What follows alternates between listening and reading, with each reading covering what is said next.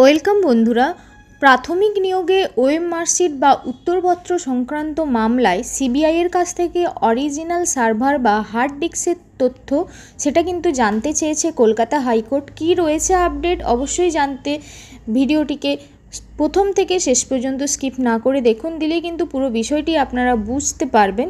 মঙ্গলবার বিচারপতি রাজশেখর মন্থার যে নির্দেশ, সেখানে ওএম মার্কশিট স্ক্যান কোথায় হয়েছিল এবং কোন ডিস্কে রাখা হয়েছিল, আদালতের কাছে সেই বিষয়ে তথ্য কিন্তু জমা দিতে হবে সিবিআইকে।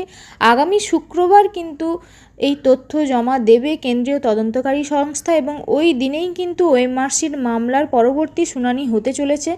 2014 সালের প্রাথমিকে যে নিয়োগ হয়েছিল তাতে ওএম মার্কশিট নষ্ট করা হয়েছিল এমন কিন্তু বক্তব্য উঠেছিল এবং আসল যেটা প্রতিলিপি সেগুলো কিন্তু নষ্টও করা হয়েছে। তার বদলে ডিজিটালাইজ যে তথ্য সেইগুলো কিন্তু যেটা উদ্ধার করা হয়েছে বলে জানা গেছে এবং পরীক্ষার্থীদের যে ওএম মার্কশিট বা উত্তরপত্র সেগুলো মূল্যায়নের জন্য বসু রায়ান কোম্পানি নামে একটি সংস্থার দায়িত্বে ছিল এবং তারাই ওই ওএম মার্ক স্ক্যান করেছে। এর আগেও ওএম মার্কশিটের যে মামলায় সেখানে সিবিআই তদন্তের কিন্তু নির্দেশ দিয়েছিলেন বিচারপতি অভিজিৎ গঙ্গোপাধ্যায়। তারপরে মামলা সিবিআইয়ের কাছ থেকে রিপোর্ট তলব করেন বিচারপতি মান্থা এবং মঙ্গলবার ওএম মার্কশিটের যে রিপোর্ট সেটা কিন্তু জমা দেয় কেন্দ্রীয় তদন্তকারী সংস্থা। তবে সেই রিপোর্টে যে সন্তুষ্ট উচ্চ আদালত তা কিন্তু নয়। মঙ্গলবার বিচারপতি মান্থার পর্যবেক্ষণ যে ওইসব ওএম মার্কশিট যে স্ক্যান করা হয়েছিল বলে যেটা দাবি করছেন পর্ষদ,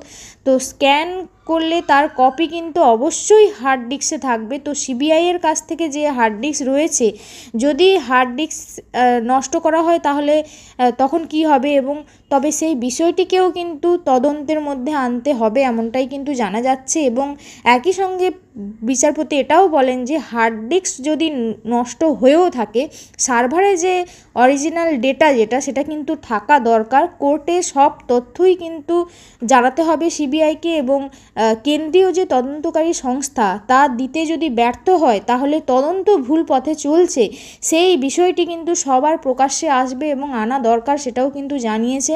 এবং সিবিআইয়ের আইনজীবী আদালতে জানান যে হার্ড ডিস্ক যেটা বাজেয়াপ্ত করা হয়েছিল তাদের যে ডিজিটালাইজ তথ্য রয়েছে তা সহজেই কিন্তু পরিবর্তন করা সম্ভব এবং ওএম মার্কশিটের তথ্য আসলে যেটা আসল তথ্য সেটা নষ্ট করা হয়েছে এমনটাই কিন্তু দাবি করেছে তারা বলেছে যে মেটাডাটাও নাকি মুছে ফেলা হয়েছে। তবে সিবিআইয়ের যে বিচারপতি তিনি বলেন যে মেটাডাটা এমন একটি বিষয় যেটা কিন্তু কখনোই মুছে ফেলা সম্ভব নয়, কারণ এর যে ডিজিটালাইজ ছাপ সেটা কিন্তু রয়ে যায়, যেটা কখনোই মোছা যায় না এমনটাই কিন্তু জানা যাচ্ছে।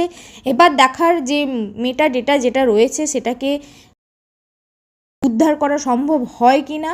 এবং নেক্সট যে শুনানি রয়েছে সেটা রয়েছে শুক্রবার আমরা কিন্তু অবশ্যই চোখ রাখবো যে আদালত থেকে নতুন কি তথ্য বা বিষয় উঠে আসে। এই ধরনের বিভিন্ন নতুন তথ্য পেলে অবশ্যই আপনাদের সাথে সেটা খুব তাড়াতাড়ি শেয়ার করার চেষ্টা করব। এই ধরনের বিভিন্ন তথ্য পেতে, বিভিন্ন নিয়োগের বিজ্ঞপ্তি পেতে অবশ্যই আমার চ্যানেলটিকে সাবস্ক্রাইব করে পাশে থাকতে পারেন। আজকের মতো এখানেই শেষ করছি, ধন্যবাদ।